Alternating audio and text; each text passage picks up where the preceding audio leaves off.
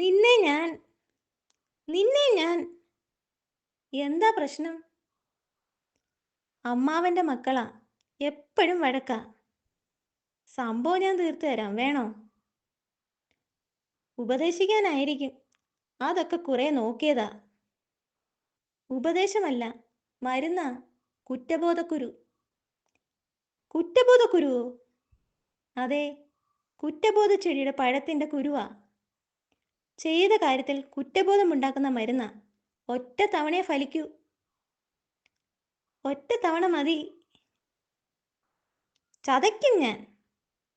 പിള്ളേർക്ക് ഇതങ്ങ് കൊടുക്ക് സൂത്രാ. ശുശുഷ്. നമുക്ക് മൂങ്ങവൈദ്യര് തരുന്ന മരുന്ന് മതി.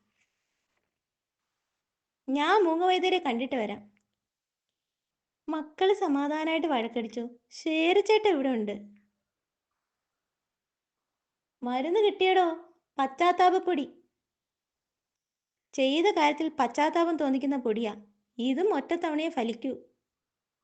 ഷോ, വേണ്ടായിരുന്നു. വഴക്ക് വേണ്ടായിരുന്നു. ഏ, ഇവന്മാർക്ക് ഇതെന്ത് പറ്റി?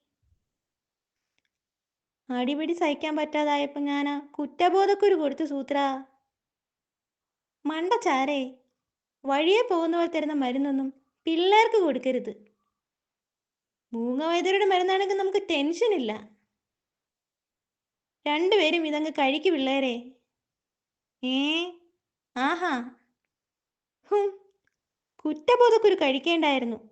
നിന്നെ ഞാൻ